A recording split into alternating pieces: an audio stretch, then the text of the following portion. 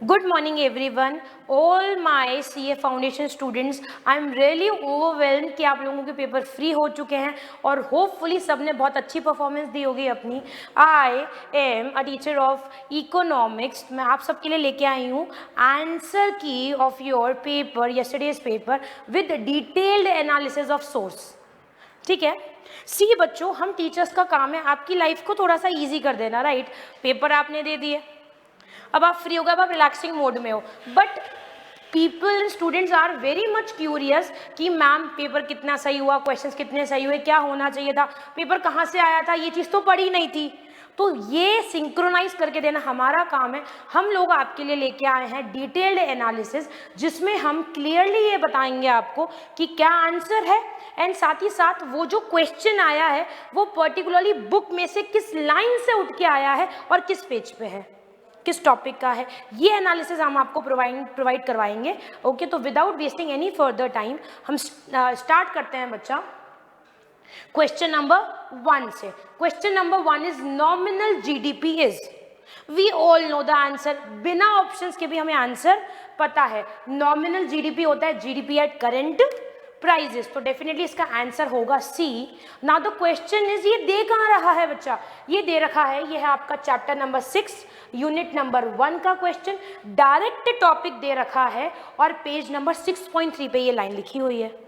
सी, कितना specific question आया है, बिटवीन द लाइन्स उठ के आया है बच्चा. ओके, होपफुली ये क्वेश्चन सही हुआ बच्चा. Second is the investment multiplier is defined as the ratio of. Direct question, मतलब पूछ क्या रहा है? इन्वेस्टमेंट मल्टीप्लायर का फॉर्मूला पूछ रहा है. तो without any second thought answer is D, change in national income due to change in investment. Again कहाँ पे गिवन है बच्चा? चैप्टर नंबर 6 का क्वेश्चन है, unit number 2. Between the lines आया है ये, और पेज नंबर 6.51 पे दे रखी है ये बात. 6.51 पे ये बात दे रखी है. आर वी गेटिंग इट और नॉट? समझ में आता है क्या? Question number 3 is the ratio of total consumption to total income. Total consumption to total income is known as, very easy, very good, APC, that is average propensity to consume. कहाँ given है, कौन से chapter का है?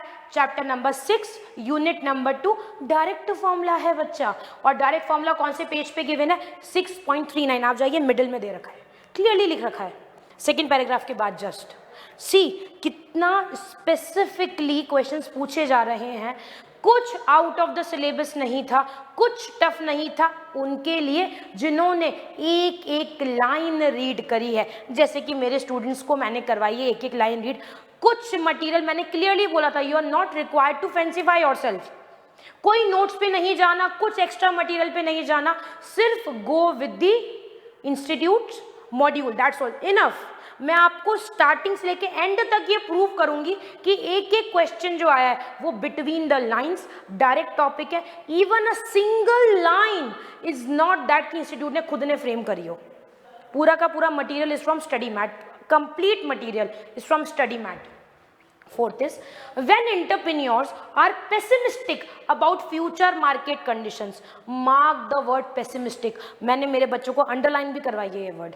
मैंने बोला बच्चा इस लाइन पे भी क्वेश्चन बन सकता है, और बना है, राइट.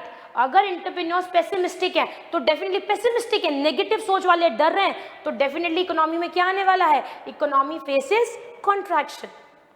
बाकी आप ए बी डी ऑप्शन देख लीजिए, सारे एक्सपेंशन के हैं, तो ये चीज़ तो फिजिबल ही नहीं है.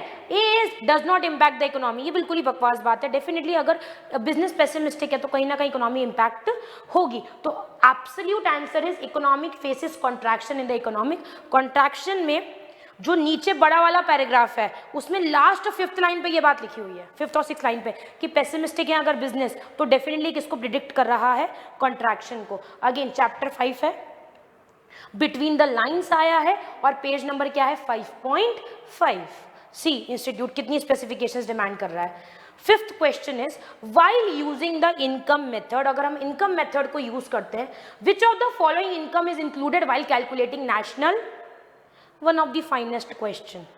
जब आप अगेन इनकम मेथड पे जाओगे, 2 लाइंस करके दे रखी है क्लियरली, क्या क्या शामिल नहीं होता है लिख रखा है, आर नॉट इंक्लूडेड, उसमें क्लियरली लिख रखा है capital gain, windfall profits and income from sale of second hand are included और नॉट इंक्लूडेड। अगर नॉट लिख रखा है तो ऑब्वियस सी बात है, मतलब क्या बोलते हैं, क्या शामिल होता है, कमीशन एंड ब्रोकरेजेस शामिल होती है। अगेन बिटवीन द लाइंस आया है, देखो एग्जाम्पल के ऊपर भी क्वेश्चन बना दिया गया है। अगेन टफ नहीं है बट इजी उनके लिए है जिन्होंने थरली बुक को रीड किया है, मॉड्यूल को प्रेफर किया है।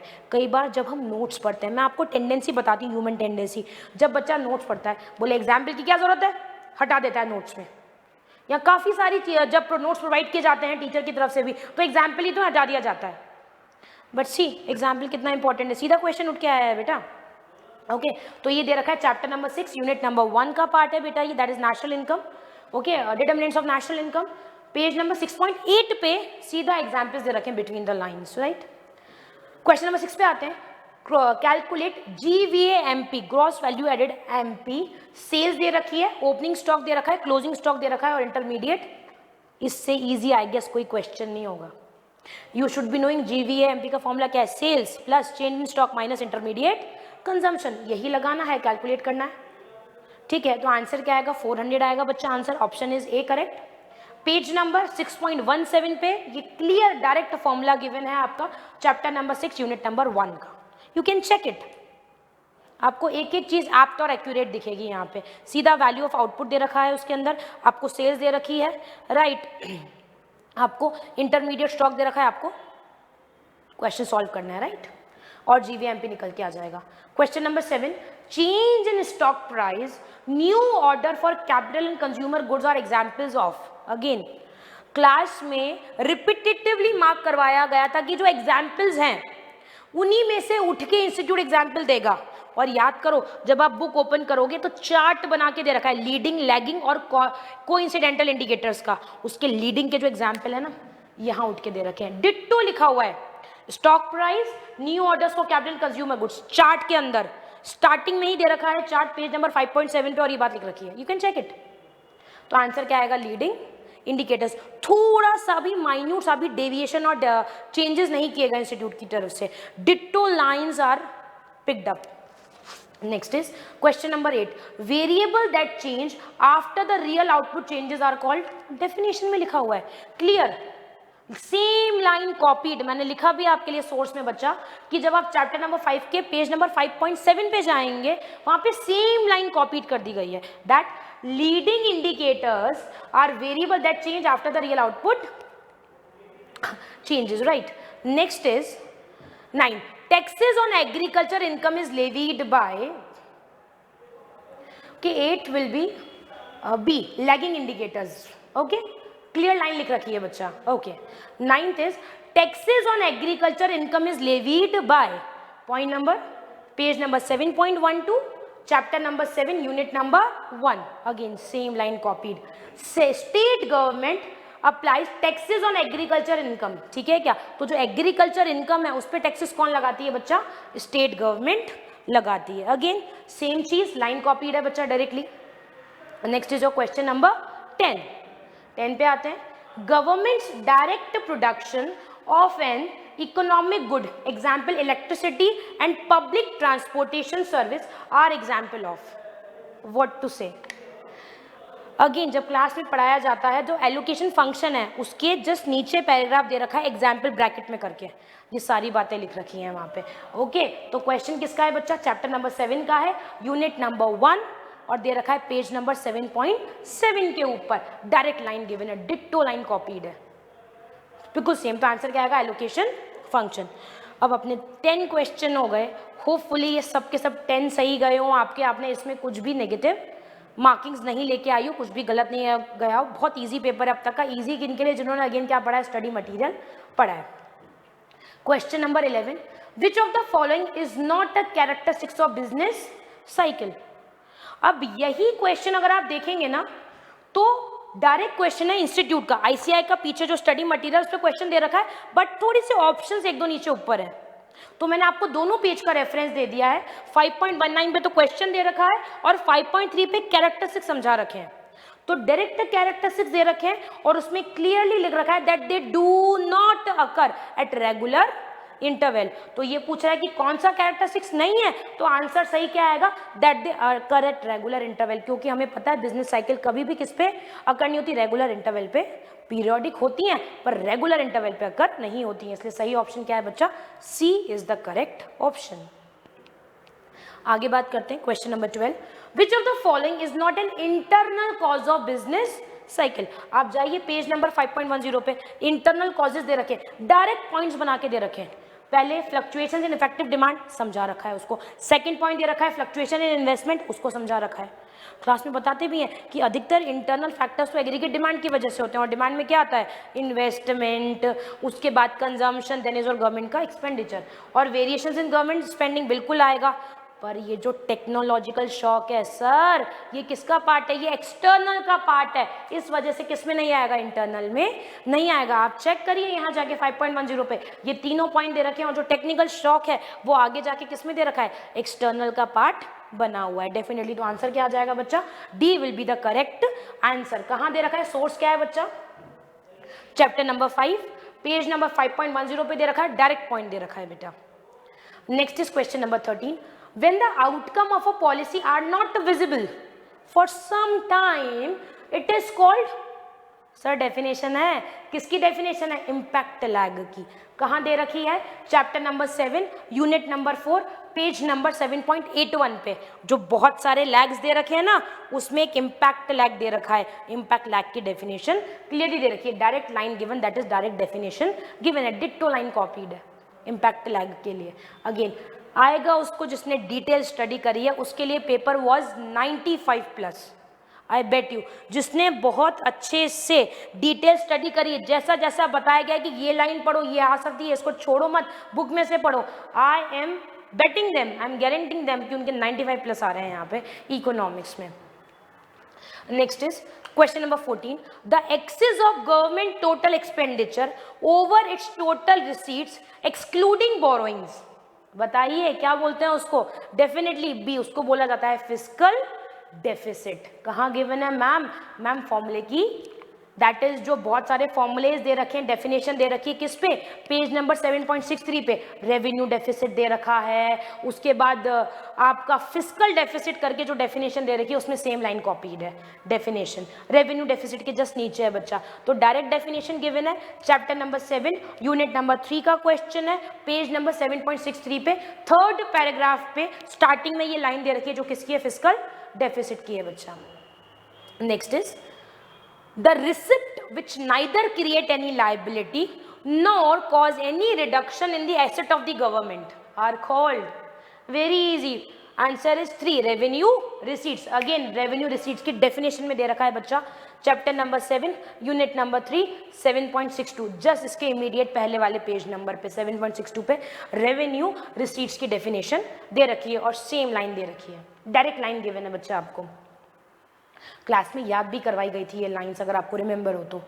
16 question, which of the following is applied on interstate movement of goods and services and on imports and exports. I just love this question, not because ये technical है, tough है, easy है, नहीं। I still remember मैंने class में बहुत clearly कहा था कि बच्चा CGST और SGST तो बहुत कॉमन है, अगर इनको क्वेश्चन बना के देना है तो ये IGST पे भी बना के दे सकते हैं, ये मेरे वर्ड्स हैं, मैंने कहा था मार्क माय वर्ड्स, इसको हाईलाइट करके स्टार बना लो इसके ऊपर। और इंस्टीट्यूट ने सुन ली हमारी, साक्षात सरस्वती विराजमान हुई थी, और देखिए क्वेश्चन आ गया एग्जाम में, बिल्कुल क्लियरली कहा था IGST पूछा जा सकता है, और सेम लाइन दी गई है बच्चा। कहाँ दी गई है, chapter number 7 unit number 1 page number 7.14 पे सेकंड पैराग्राफ में ये चीज लिखी हुई है, बिटवीन द लाइन से क्वेश्चन आया है। आई गेस ये थर्ड और फोर्थ लाइन है, बिल्कुल बिटवीन द लाइन है ये। तो इसका आंसर क्या आएगा, डेफिनेटली IGST, जो किस पे लगता है, inter state movement of goods and services पे लगता है बेटा। 17, a progressive direct tax system ensures, इसके आगे की लाइन आपको बतानी, आगे की लाइन उसको आएगी जिसने ये लाइन बुक में से पढ़ी है। क्लियरली लिखा है, ensures those who have greater ability to pay contribute more. इसके बीच में 4-5 वर्ड्स और हैं, इंस्टीट्यूट ने वो उड़ा दिए और बाद की line they the, and the tax burden is distributed Fairlie among the population.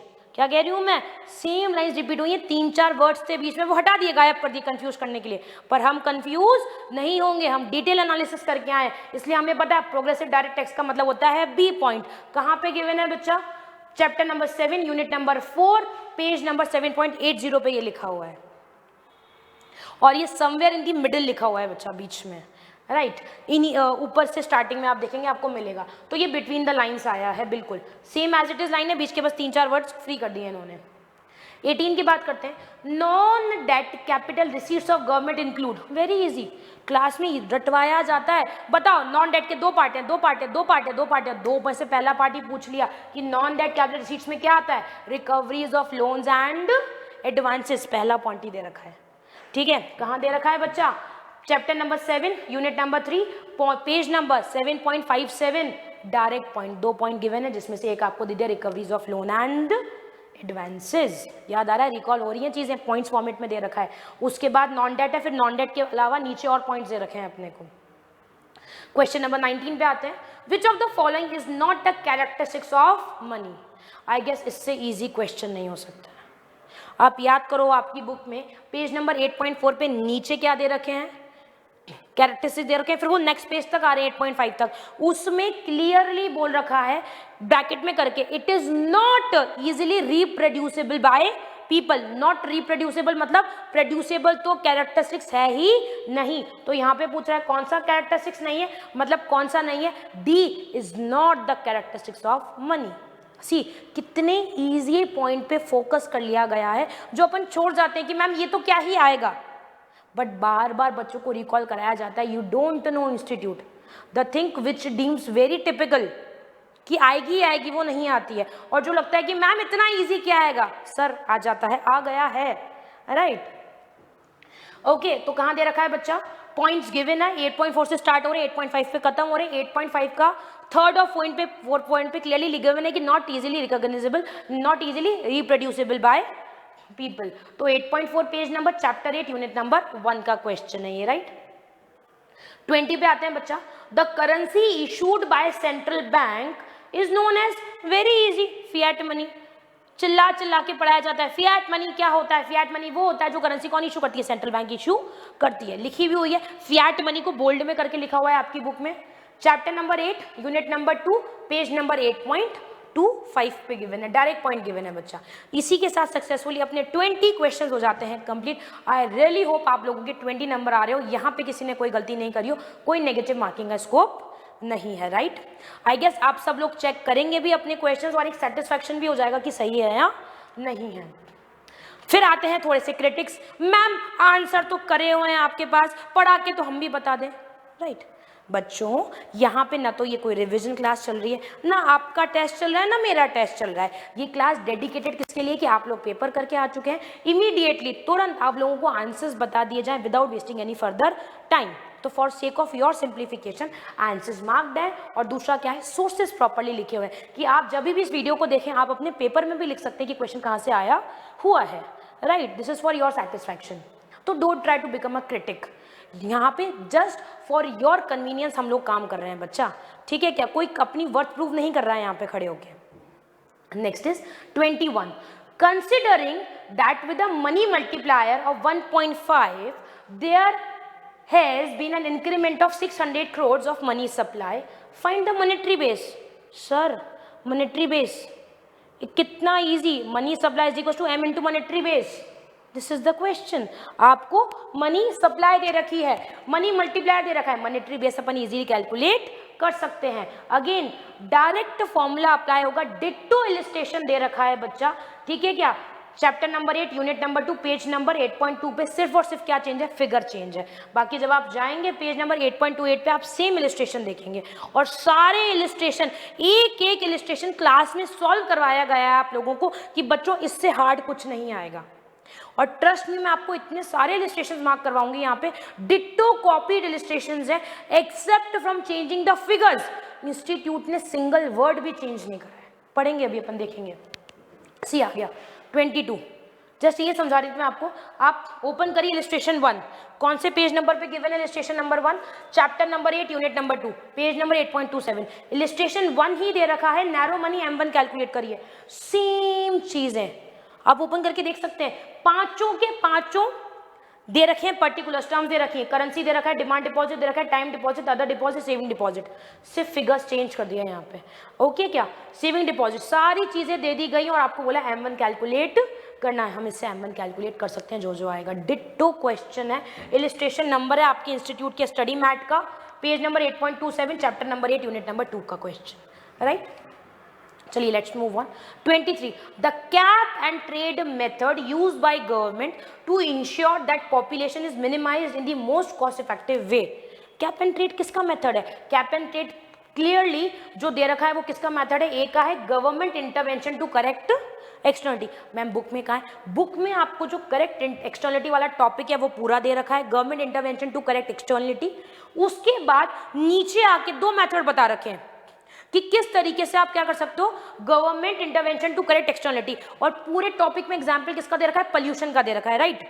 तो दो तरीके जो बता रखे हैं, वो एक बता रखा है पोल्यूशन टैक्स, जिसको आप पिगोवियन टैक्स भी बोलते हैं, और एक ऑप्शन बता रखा है कैप एंड ट्रेड। तो बी पार्ट लिख रखा है कैप एंड ट्रेड के बारे में, और ये किसके अंडर आता है? Government intervention to correct externality. तो ये बात किस पे लिखी हुई है? दोनों पॉइंट 7.35 पे लिखी हुई है, चैप्टर नंबर 7 यूनिट नंबर 2 का क्वेश्चन है बेटा ये, ठीक है क्या। टॉपिक आया है डायरेक्ट उठ के। Okay, next is 24 which constitutional body maintains fiscal federalism in India? Direct line में लिखा हुआ है।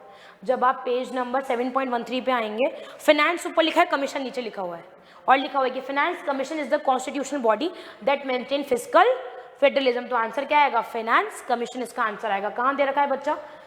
चैप्टर नंबर 7 यूनिट नंबर 1 का क्वेश्चन है, और पेज नंबर 7.13 पे ये बात क्लियरली मेंशन्ड है आपकी।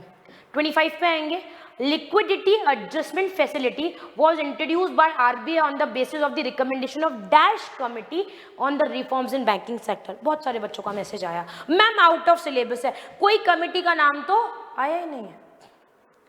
क्लास में जब मैंने स्टूडेंट्स को पढ़ाया था, जो मेरे स्टूडेंट्स हैं, मैंने क्लियरली कहा था बच्चों इंस्टीट्यूट हमेशा गूगली फेंकता है, कम से कम भी 4 से 5 क्वेश्चन समरी में से उठा के देगा, और institute has marked my words, कम से कम 4-5 क्वेश्चन समरी में से उठ के आए हैं। तो ये जो LF वाला क्वेश्चन है, ये कौन सी कमेटी से आया है? यह है नरसिम्हा कमेटी। और ये बात कहाँ लिखी हुई है? ये बात इस चैप्टर की समरी में लिखी हुई है, क्लियरली मेंशन्ड है समरी के अंदर, आप चेक कर सकते हैं। Chapter number 8 unit number 3 page number 8.52 पे जो समरी दे रखी है, उसमें नीचे जाके नीचे से लास्ट 3-4 पॉइंट आपको किसका दे रखा है? नरसिम्हा कमेटी का दे रखा है, क्लियरली दे रखा है। Nothing is out of syllabus. जब डिटेल एनालिसिस करा गया स्टडी मटेरियल का, तब आपको पता लगेगा ये चीजें दे रखी है। 26 money created by commercial bank is called credit money. Very easy बात, आपको बार बार समझाई भी जाती है, और ये डिट्टो बात समरी में भी लिखी गई है क्लियरली। किस चैप्टर का पार्ट है? चैप्टर 8 यूनिट 2 पेज नंबर 8.37 पे जो समरी दे रखी है, उस पर क्लियरली कोटेड करके दे रखा है बच्चा, money created by commercial bank is a part of credit money, is called credit money, right. 27 पे आते हैं, again one of the good question जो बार बार याद करवाया जाता है क्लास में। Under the concept of money supply the term public does not include, आप जाइए पेज नंबर 8.24 पे, बिटवीन द लाइन्स लिखा है कि public includes household institutions and firm but does not include government banking system. समझ में आया क्या? किसका पार्ट है? Chapter 8 unit 2 direct lines, between the lines में ये चीज लिखी हुई है, और बच्चों को समझाया भी जाता है कि गवर्नमेंट और बैंकिंग सिस्टम कभी भी नहीं आते, क्योंकि वो प्रोवाइडर ऑफ मनी होते हैं, पब्लिक में ये लोग नहीं आते हैं। 28 again one of the easiest question, compute the total credit money created by the banking system if the required reserve ratio is 15% for every 12 lakh deposit of the banking system। Direct question लगना है बच्चा। Okay, 1/1 RR that is required reserve ratio से आप directly calculate कर सकते हैं। तो आपको क्या करना है बच्चा? Seriously directly 12 lakh divide by 0.15 करना है, आपका आंसर आ जाएगा 80 लाख रुपीज। डायरेक्ट क्वेश्चन है। ओके, कहाँ दे रखा है बच्चा? इलिस्ट्रेशन नंबर 2 डिट्टो इलिस्ट्रेशन है, सिर्फ फिगर्स बदल दिए गए हैं। Chapter 8 unit number 2 page number 8.36 पे ये बात लिख रखी है, वहां पे सॉल्व भी करवाया जाता है, ठीक है क्या? Okay, that is credit money is equal to 1/RRR। 29 calculate currency with the public from the following data. Ditto illustration, illustration number 3, 2 illustration भी दे दिया गया, इलिस्ट्रेशन नंबर 3 भी दे दिया गया, सिर्फ क्या चेंज कर दिया गया, फिगर्स, बाकी सारे के सारे पर्टिकुलर्स एज इट इज उठा के दिए गए हैं। 3 चीजें ऐड होगी, 1 चीज माइनस हो जाएगी, आंसर आ जाएगा। इट्स 19,750 करोड़। बी 30 पे चलते हैं। अगेन डिट्टो डेफिनेशन दे दी गई है। Dash is a penal rate at which RBI lends money to banks above the rate available under the repo policy. ठीक है, रेपो पॉलिसी जो रेट है उससे अगर पैनल इंटरेस्ट चार्ज किया जाता है तो उस रेट को क्या बोलते हैं, मार्जिनल स्टैंडिंग फैसिलिटी रेट। कोई डाउट ही नहीं है इसके अंदर, डायरेक्ट डेफिनेशन है बच्चा, ये page number 8.49, chapter number 8, unit number 3, direct definition नीचे की तरफ सेकंड लास्ट डेफिनेशन दे रखी है आपको एमएसएफ की। Next is which tariff 31, which tariff is expressed either on the basis of value of imported goods or on the basis of unit of measure of the imported goods depending on which most generates the income। Definition है sir सीधी mixed की। आप mixed income खोलिए, बीच में दे रखा है आपको page number 9.17 के, पूरी 3 लाइनों की डेफिनेशन इन्होंने डिट्टो, ब्रैकेट भी एज इट इज दे रखा है। कहाँ पे दे रखा है, chapter number 9 unit number 2 tariff वाला जो चैप्टर है, direct line direct definition given है, पेज नंबर है 9.17, तो answer will be C. Next is 32, the system wherein the nominal tariff rates on import of manufactured goods are higher than the nominal tariff rate on intermediate inputs and raw material। Example देके समझाया जाता है। Direct अगर क्या करोगे, manufacture goods खरीदोगे ज़्यादा rate लगेगी, पर अगर सिर्फ रॉ मटेरियल खरीद के यहाँ पे प्रोडक्शन कर रहे हो टैरिफ रेट कम लगेगी। समझाया जाता है ना। तो ये कौन सी टैरिफ होती है, एस्केलेटेड। एस्केलेटेड मतलब चढ़ती जा रही है, बढ़ती जा रही है। जैसे जैसे हाई प्रोफाइल चीज़ें, जैसे जैसे मैन्युफैक्चर्ड प्रोडक्ट खरीदते जाओगे रेट बढ़ती जाएगी, उसको बोलते हैं एस्केलेटेड टैरिफ। बिल्कुल प्रॉपर समझाया जाता है क्लास में। डेफिनेशन दे रखी है किसकी, एस्केलेटेड टैरिफ की, चैप्टर नंबर 9 है, यूनिट नंबर 2 है, पेज नंबर 9.18 पे ये चीज गिवन है। क्लियरली आप चेक कर लीजिए। Mix tariff, okay, that is escalated tariff इसका आंसर है, मिक्स टैरिफ ऊपर वाले का आंसर था बच्चा। ओके, नेक्स्ट चलते हैं 33 पे। Which of the following is a measure to protect human element of plant? Again, I am so happy to see this question।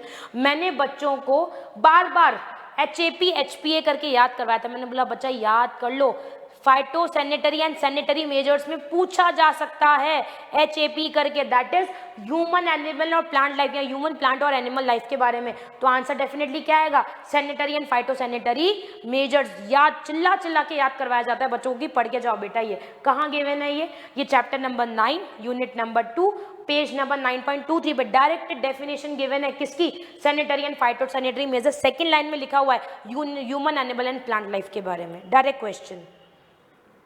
34, with regards to international trade, the European Union can be categorized eight।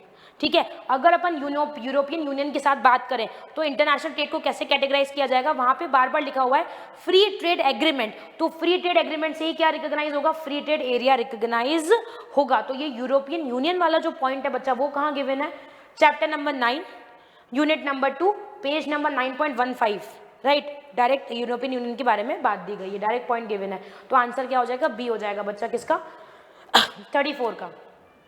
35 पे आते हैं, again one of the good questions बच्चा। 35, factor endowment theory. Factor endowment theory of trade is also known as, ऊपर given नहीं है but again जब आप summary में जाओगे इस चैप्टर के, that is chapter number 9 unit number 1, जो समरी दे रखी है पेज नंबर 9.10, उसमें लास्ट थर्ड और फोर्थ पॉइंट दे रखा है कि हेक्स्चर-ओलिन थ्योरी को फैक्टर इंडोवमेंट थ्योरी भी बोला जाता है। तो 35 का आंसर क्या आएगा बच्चा, it will be C.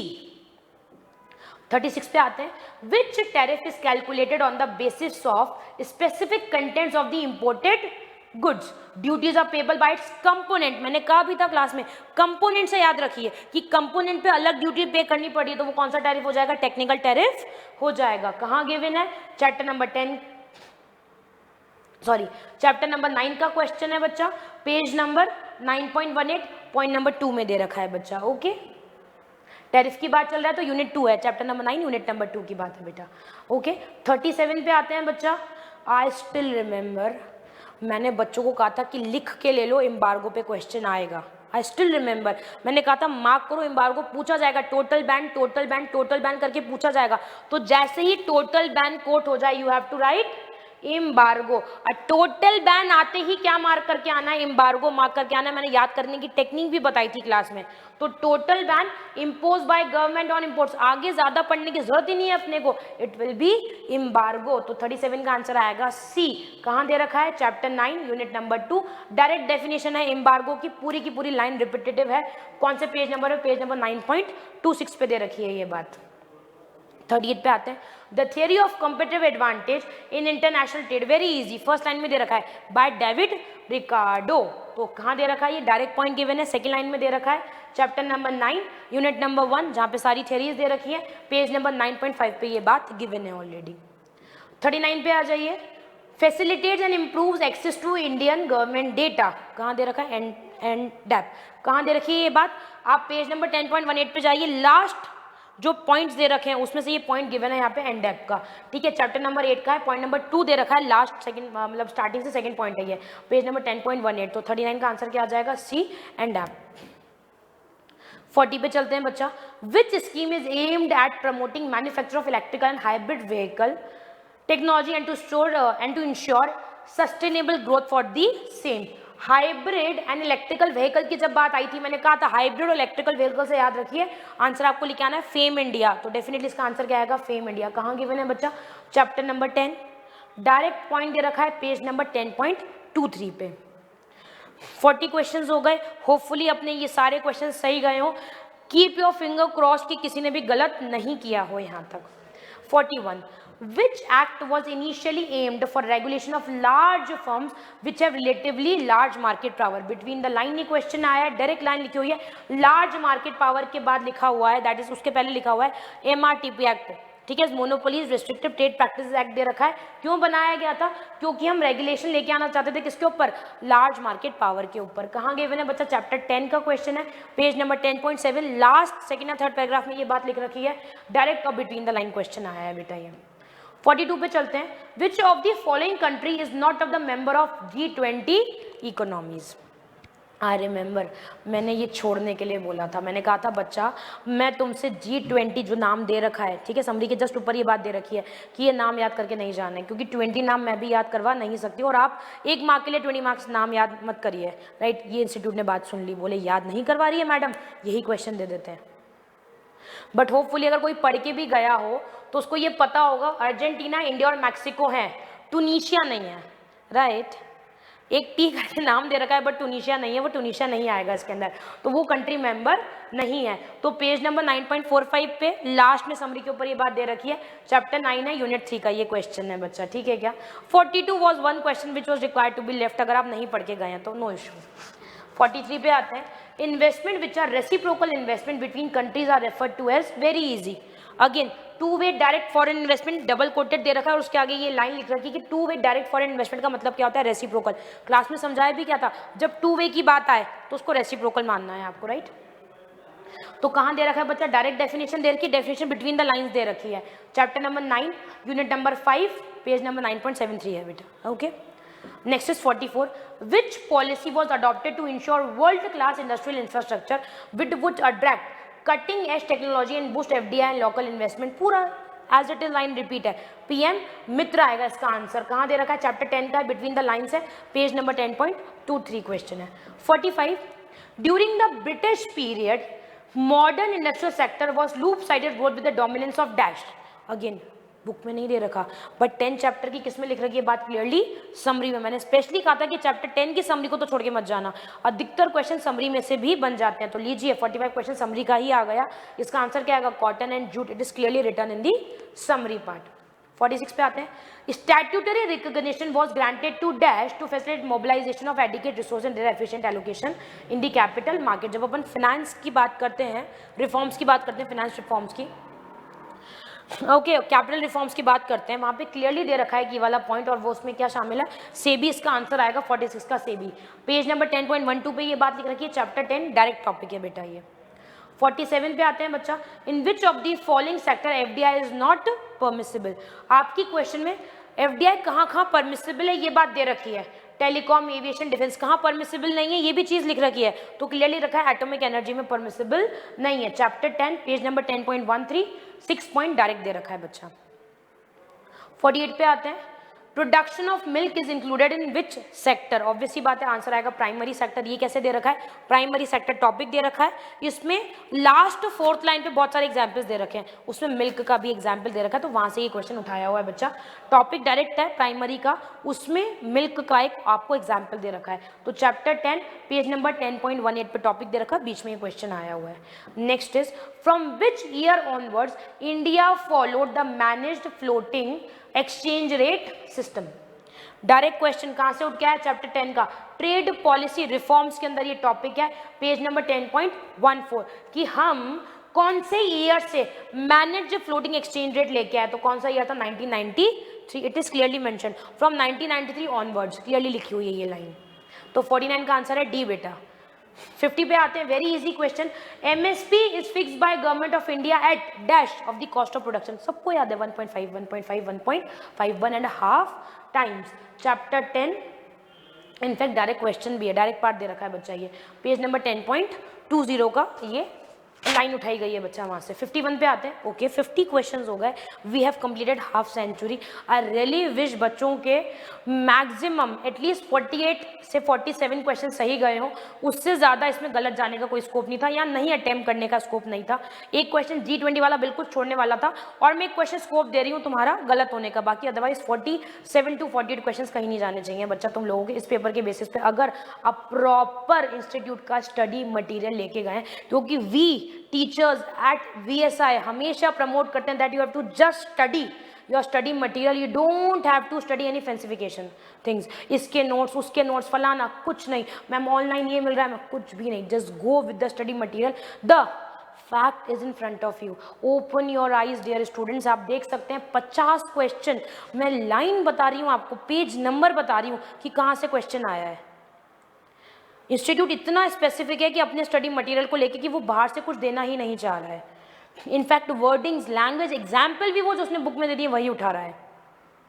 51 which of the following is not one of the 4 basic economic problem of an economy, again direct question है sir, unit 2 chapter 1 page number 1.16 पे क्वेश्चन ही दे रखा है आपके मॉड्यूल का, ठीक है क्या, where to produce is not one of the problem, how to produce आना चाहिए यहाँ पे, ओके वेरी इजी क्वेश्चन। 52 पे आते हैं, finance minister was discussing balance of trade and balance of payment, the area comes under, जब आप chapter 1 के यूनिट 1 में पेज नंबर 1.9 पे मैक्रो इकोनॉमिक्स पढ़ोगे, तो मैक्रो इकोनॉमिक्स में 4th 5th लाइन में आपको एग्जाम्पल में दे रखा है कि इसमें क्या आता है, study of balance of trade and balance of payment, यहाँ पे सिर्फ क्या जोड़ दिया, फाइनेंस मिनिस्टर जोड़ दिया कि फाइनेंस मिनिस्टर क्या पढ़ना चाह रहे हैं, बैलेंस ऑफ ट्रेड और बैलेंस ऑफ पेमेंट पढ़ना चाह रहे हैं, तो डेफिनेटली किसकी स्टडी में आएगा बच्चा, मैक्रो इकोनॉमिक्स की स्टडी में आएगा, पेज नंबर 1.9 पे दे रखा है, chapter number 1 unit number 1।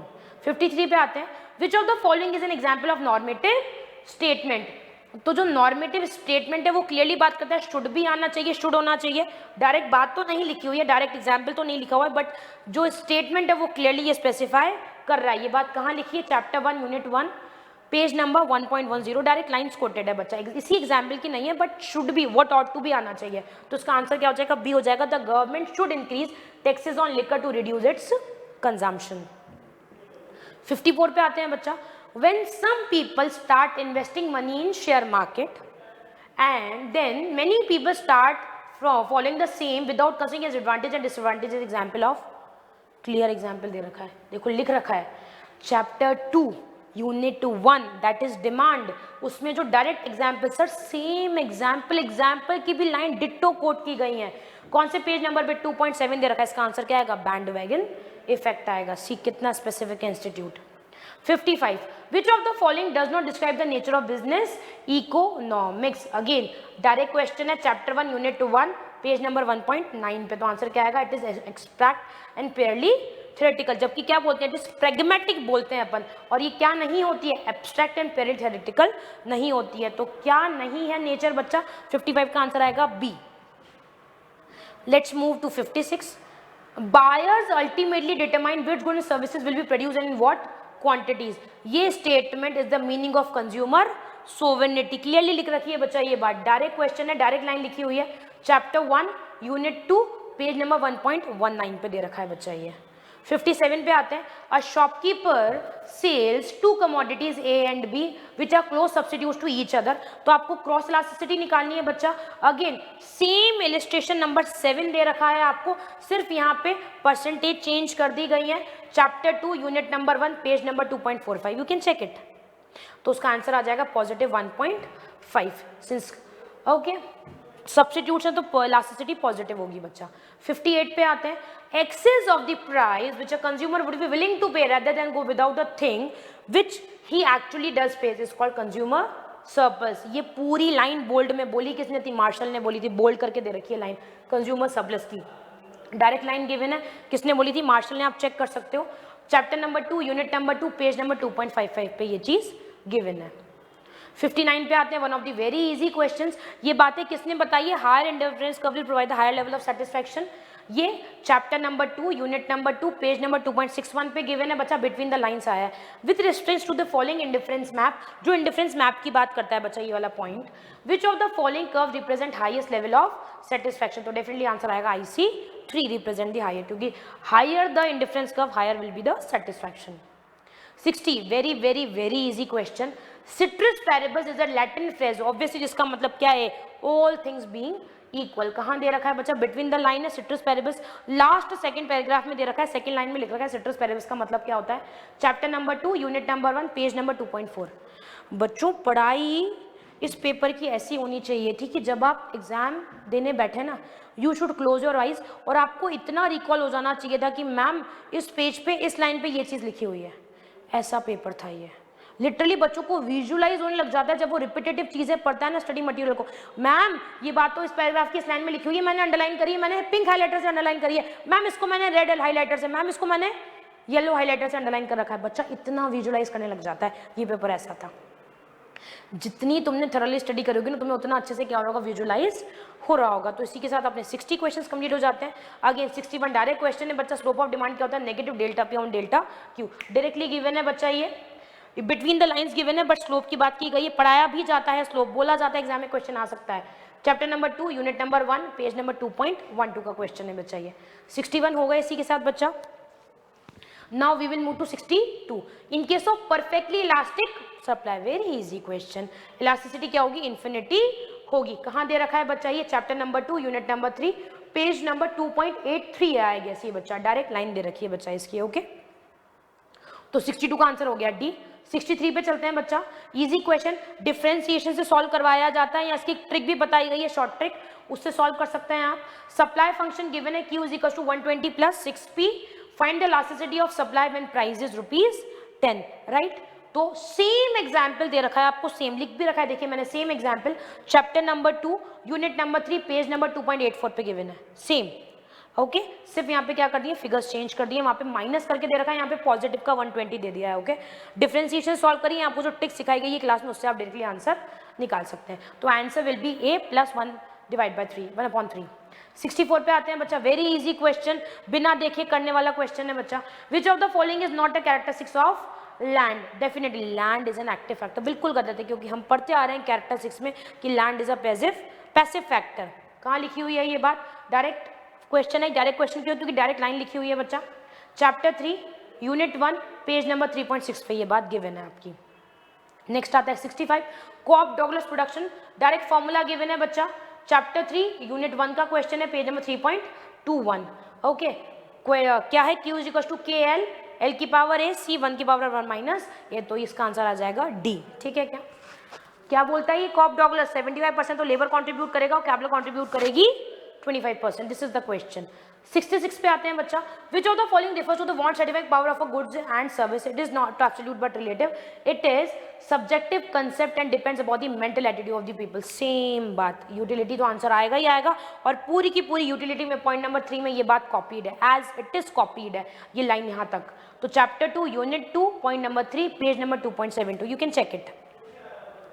67, if the price of wheat increases from 1800 per quintal to 2200 and consequently the quantity supply rises from this, again same example है बच्चा, chapter number 2 unit number 3 page number 2.81 पे same example दे रखा है, सिर्फ यहाँ पे figures change कर दिए गए, इलास्टिसिटी निकालनी है अपने को, तो आंसर क्या आ जाएगा, सी 2.7 आ जाएगा बच्चा प्लस का।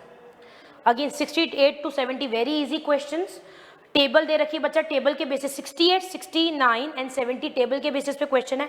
टेबल कौन सी, अपने chapter 3 unit number 1 page number 3.22 पे एक टेबल दे रखी है सेम एज इट इज, बस फिगर्स चेंज है, उसके बेसिस पे क्वेश्चन बनाए गए हैं। तो 68 का आंसर आएगा बी 10, 69 का आंसर आएगा बच्चा 44 डी, 70 का आंसर आएगा A 8। Okay, let's move to 71। Same line दे रखी है अपने को, initially a firm enjoys dash, dash का मतलब internal economy of scale and beyond a certain limit it suffers from internal diseconomies. Last topic जो इकोनॉमीज एंड डिसइकोनॉमीज का दे रखा है, उसमें जब इंटरनल इकोनॉमी और डिसइकोनॉमी समझाई जा रही है, ये बात एज इट इज कॉपीड है। कौन से चैप्टर की, चैप्टर 3 यूनिट 2 कॉस्ट वाला चैप्टर, बिटवीन द लाइन्स आया है ये, और पेज नंबर 3.48 पे ये as it is line quoted है पूरी की पूरी। 72, the long run average cost curve is also called is envelope curve, again between the lines है, दे रखा है ये क्लियरली।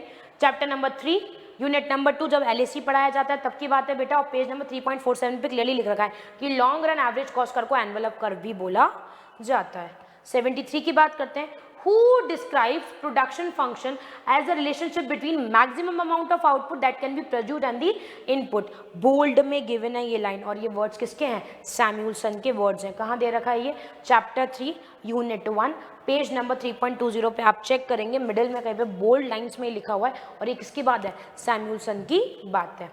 74 पे आते हैं बच्चा, in short run when average curve cost falls as a result of increase in output, marginal cost is dash, then average cost, answer क्या आएगा, less than। रिलेशनशिप है पूरा, रिलेशनशिप कहाँ पे दे रखा है बच्चा, relationship between AC and MC point number 2 में क्लियरली ये बात लिखी हुई है, chapter number 3 unit number 2 page number 3.45 पे ये चीजें गिवन है आपको। 75 पे आते हैं बच्चा, many sellers offering differentiated products to many buyers is the characteristics of B, monopolistic competition। again what to say, direct lines आई हैं, chapter 4 unit 1 4.7 पे ये line given है, you can check it। 76, identify the correct relationship। बच्चों जो मेरे से पढ़ा है, भगवान कसम खा के बताओ, ये मैंने कहा था कि नहीं आएगा, क्या कहा था कि नहीं कहा था कि आएगा, इसको याद करके जाओ। मैंने कहा था AR/MR के साथ वो इलास्टिसिटी का रिलेशनशिप पूछेगा, इसको रट के जाओ इस फॉर्मूले को, मैंने कहा था और आया है। ICI सुनता है मेरी। C 76 D AR/MR is equal to AR into E-1 upon, direct चीज लिख रखी है, ठीक है क्या, डायरेक्ट फॉर्मूला है, स्टार्टिंग में दे रखा है बिल्कुल पेज के 4.12 चैप्टर 4 यूनिट नंबर 1 के बिल्कुल स्टार्टिंग में दे रखा है ये formula. 77, total revenue will be maximum when elasticity is equal to 1, समझाया भी जाता है, याद भी करवाया जाता है। अगेन बिटवीन द लाइन्स आया है, चैप्टर 4 यूनिट 1 पेज नंबर 4.12 पे ये बात लिखी हुई है। तो 77 का ऑप्शन क्या हो जाएगा, ए विल बी द ऑप्शन। 78 पे आते हैं बच्चा, when both demand and supply increases, जब दोनों इंक्रीज हो रही हैं, the equilibrium quantity increases and but the change in the equilibrium price is uncertain। दो कंक्लूजन डिराइव किए जाते हैं और ये कंक्लूजन आपकी बुक में भी दे रखे हैं, तो उन्हीं में से एक ये कंक्लूजन है। कहाँ दे रखा है, बिटवीन द पॉइंट्स, दो पॉइंट्स दे रखे हैं, उसका एक पॉइंट है ये, चैप्टर 4 यूनिट 2 पेज नंबर 4.22 पे ये बात लिखी है। तो 78 का आंसर हो जाएगा C. Next is 79, identify the correct below mention condition for equilibrium. तो उसका आंसर आएगा डी 1 and 4। ओके, ये कहाँ लिख रखा है बच्चा, ये स्टडी मटेरियल का क्वेश्चन नंबर 96 है, कहीं देखने की जरूरत नहीं, सीधा 96 क्वेश्चन देख लीजिए आप, chapter number 4 unit number 3 ICA का स्टडी मटेरियल पेज नंबर 4.85 पे ये बात गिवन है। 80 पे आ जाइए, अगेन बिटवीन द लाइन से संक कॉस्ट की डेफिनेशन दे रखी है, dash are already incurred once and for all and can not be recovered. तो आंसर आएगा डेफिनेटली संक कॉस्ट, कहाँ पे गिवन है, chapter 3 unit number 2 page number 3.37। 81 पे आते हैं बच्चा, price elasticity of demand of a firm under perfect competition will be infinite. कहाँ पे गिवन है सर? चार्ट में गिवन है। जो परफेक्ट कॉम्पिटिशन का चार्ट दे रखा है उसमें सेकंड लास्ट पॉइंट पे दिख रखा है इनफाइनाइट। चैप्टर 4 यूनिट नंबर 1 4.7 पे आप जाके चेक कर सकते हैं चार्ट पे। जब इलास्टिसिटी की बात लिखी है तो परफेक्ट कॉम्पिटिशन में लिखा हुआ है इनफाइनाइट, सेम बात। 82 downward sloping and highly elastic demand curve is the feature of monopoly. Okay, ये कहाँ गिवन है सर? कंपैरिजन। क्लास में बोला जाता है डिफरेंशिएशन और कंपैरिजन को छोड़ना नहीं है, इनको भी अच्छे से पढ़ के जाना है, इनमें से भी क्वेश्चन बैठ जाता है। सर बैठ गया। तो ये कंपैरिजन में गिवन है बात, chapter number 4 unit number 3 page number 4.55 पे ये चीज गिवन है बच्चा। 83 पे आते हैं, market characterized by a single buyer of a product और service and is mostly applicable to factor market in which a single firm is only buyer. Sir क्या क्वेश्चन है? बहुत इजी सर, चैप्टर के लास्ट में unit 3 के last में sir monopoly की definition दे रखी है। पागल बना रहा है हमें सर, हम तो ऐसे ही अटेम्प्ट कर सकते हैं। डायरेक्ट डेफिनेशन गिवन है chapter 4 unit number 3 page number 4.62। तो किसकी डेफिनेशन है? मोनोपोली की डेफिनेशन है। Let's move to 84. Assume that when price is 20, quantity demanded is 9.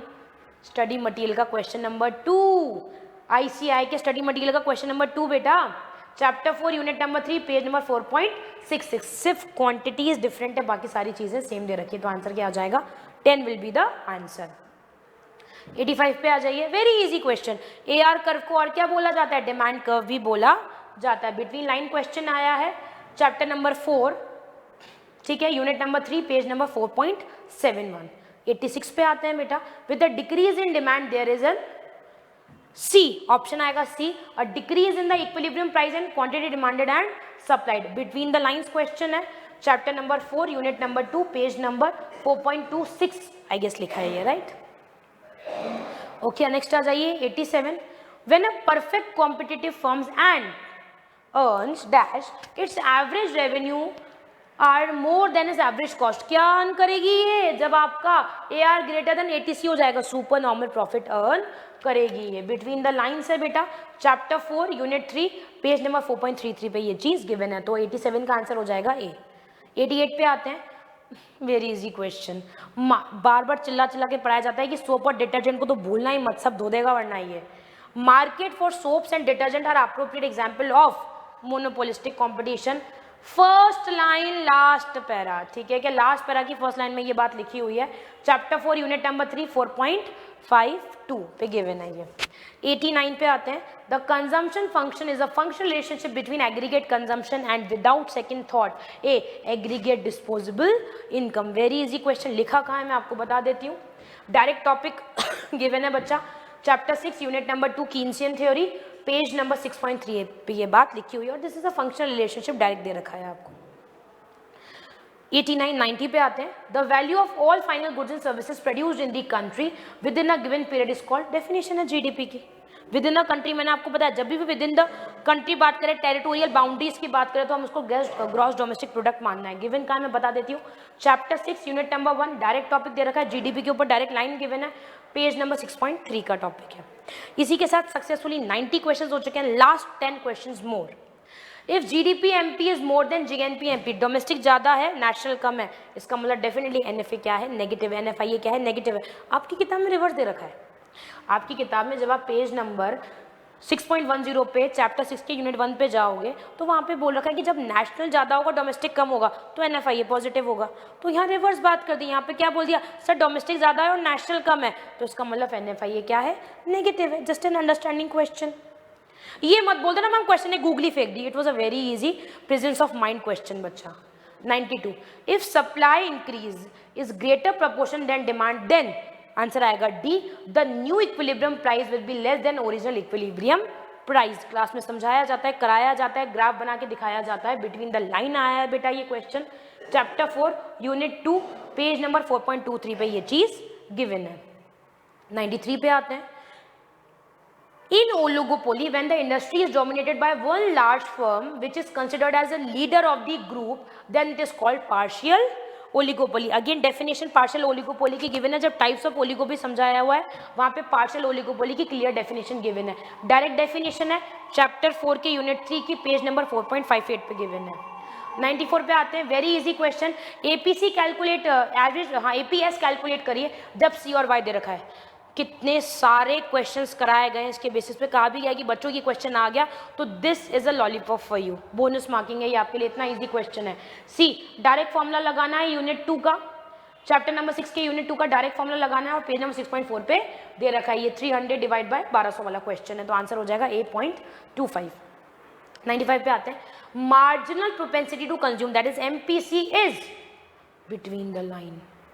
समझाया जाता है, याद कराया जाता है कि बच्चों स्किप करके मत जाओ, समझो इस लाइन को, और बिल्कुल उठा के दे दिया गया कि marginal propensity to consume is always less than unity but greater than 0। बोला भी जाता है 0 से ज़्यादा होगा, 1 से कम होगा, बट इसकी वैल्यू डेफिनेटली 0.5 से तो ज़्यादा ही आएगी। समझाया जाता है कि नहीं समझाता है क्लास में, तो ये आपका ऐसा क्वेश्चन आ गया। 96 प्रोडक्ट मेथड और value added method for calculation national income is also called. Again ये क्वेश्चन सेम समरी में से उठाया गया है बच्चा, चैप्टर 6 की यूनिट 1 की समरी में से, जो पेज नंबर 6.30 पे दे रखी है। प्रोडक्ट मेथड और वैल्यू एडेड मेथड को और क्या बोला जाता है? इंडस्ट्रियल ओरिजिन मेथड बोला जाता है, लिखा हुआ है समरी में क्लियरली। 97 पे आते हैं, इन अ 3 सेक्टर मॉडल सपोज, पूरा आपको इक्वेशन दे रखा है सी प्लस आई प्लस जी का, ओके, और आपको क्या निकालनी है? Equilibrium level of national income निकालनी है। Very easy, y is equal to C plus I plus G करके पेश कर देना। सी को अपने को पता है क्या होता है? a plus B Y D होता है। वाई डी का मतलब क्या? वाई डी मतलब डिस्पोजेबल इनकम, और डिस्पोजेबल इनकम कैसे निकलती है? y माइनस टी, सब गिवन है आपको, सिर्फ फॉर्मूला पुट करिए और कैलकुलेट कर दीजिए, आंसर आएगा सी 180। 98 पे आते हैं बच्चा, in an economy investment expenditure is increased by ₹300 and MPC is 0.6। आपको increase in income निकालना है। फॉर्मूला बहुत इजी है, कि अपने को पता है क्या होता है 1/1 माइनस MPC, ये कैलकुलेट करके K इंटू डेल्टा आई कर दोगे तो क्या आ जाएगा? इंक्रीज इन इनकम आ जाएगा, तो आंसर आ जाएगा 750। कहाँ गिवन है बच्चा? ये यहाँ मैंने आपको 97 का सोर्स नहीं बताया, 97 का सोर्स क्लियरली इलिस्ट्रेशन नंबर 13 दे रखा है। कहाँ पे? Chapter number 6 unit number 2 page number 6.18 पे गिवन है, सॉरी 6.58 पे गिवन है बच्चा ये, राइट। और 98 पे आ जाइए आप, अगेन इलिस्ट्रेशन 9 नंबर है ये बेटा, चैप्टर 6 यूनिट 2 का, और पेज नंबर 6.53 है इसका। डिट्टो इलिस्ट्रेशन फ्रॉम बुक उठ के आए हैं, सिर्फ क्या चेंज किया है? थोड़े से फिगर्स चेंज कर दिए हैं। 99 पे आ जाइए बच्चा, find the real GDP if nominal GDP is equal to 720 and price index is 120। Again illustration number 3 है, सिर्फ क्या मॉडिफिकेशन कर दिया है? इलिस्ट्रेशन नंबर 3 में आपको नॉमिनल जीडीपी निकालने को बोला था, रियल दे रखा था, इतना सा ट्विस्ट कर दिया यहाँ पे, और यहाँ पे बोल दिया रियल निकालिए और नॉमिनल दे रखा है। किसके अंदर? इलिस्ट्रेशन 3 के अंदर, आपकी बुक का page number 6.6 chapter number 6 unit 1 में। यहाँ पे थोड़ा सा चेंज कर दिया, बोले नॉमिनल दे रहे हैं और क्या निकाल दिए? रियल जीडीपी निकाल के दीजिए। फॉर्मूला आपको पता ही है, nominal GDP is equal to real GDP into price index upon 100। फिर 100 क्वेश्चन देखेंगे, which of the following is not true for personal income. 99 का आंसर सी है बेटा 600। Last question, very last question बच्चा, पर्सनल इनके बारे में क्या सही नहीं है? यहाँ पे इन्होंने गूगली फेंका, ये बाकी सारे तो आती ही आती, ए बी डी तो शामिल है ही है, लिख रखा है डी क्लियरली। आप अगर नेक्स्ट पेज पे पढ़ेंगे पर्सनल इनकम तो क्लियरली लिख रखा है इट एक्सक्लूड्स रिटेन्ड अर्निंग। अब सी में इन्होंने क्या गूगली मारा बच्चा, सेम लाइन लिख रखी है पर्सनल इनकम में, कहाँ लिख रखी है? बिटवीन द लाइन आया है, चैप्टर नंबर 6 यूनिट नंबर 1 का क्वेश्चन है, पेज नंबर 6.11 का, ठीक है। It is the measure of actual current income receipts of persons. इन्होंने वर्ड यूज कर दिया ओनली, बट सॉरी बच्चों, बुक के अंदर वर्ड ओनली नहीं है, बुक के अंदर वर्ड लिखा है मे और may not be earned from productive activities. इस वजह से ये पॉइंट क्या हो गया? गलत हो गया यहाँ पे, क्योंकि उन्होंने क्या वर्ड यूज कर दिया? ओनली, जबकि सर ओनली नहीं है, यहाँ पे ओनली की जगह मे और मे नॉट, तो अर्थ का अनर्थ हो जाता है जब अपन ओनली लिख देते हैं। तो डेफिनेटली इसका करेक्ट ऑप्शन क्या रहेगा? सी रहेगा, तो 100 का आएगा सी। बच्चा, this was the thorough discussion of your answer key and your source. I really hope कि आपको ये बहुत हेल्पफुल लगा होगा और आप एनालिसिस कर पाए होंगे कि आपके कितने मार्क्स आ रहे हैं। And I am really keeping my fingers crossed कि आपके एटलीस्ट अबव 90 मार्क्स आ रहे हो। आई रियली विश, क्योंकि पेपर ऐसा ही था जिन्होंने थरली स्टडी मटेरियल में से पढ़ा है, जो हम लोग BSI वाले टीचर्स एम्फेसाइज करते हैं। Thank you for session, thank you everyone, enjoy your holidays and अब तुरंत इंटर की तैयारी करिए। Thank you all, thank you.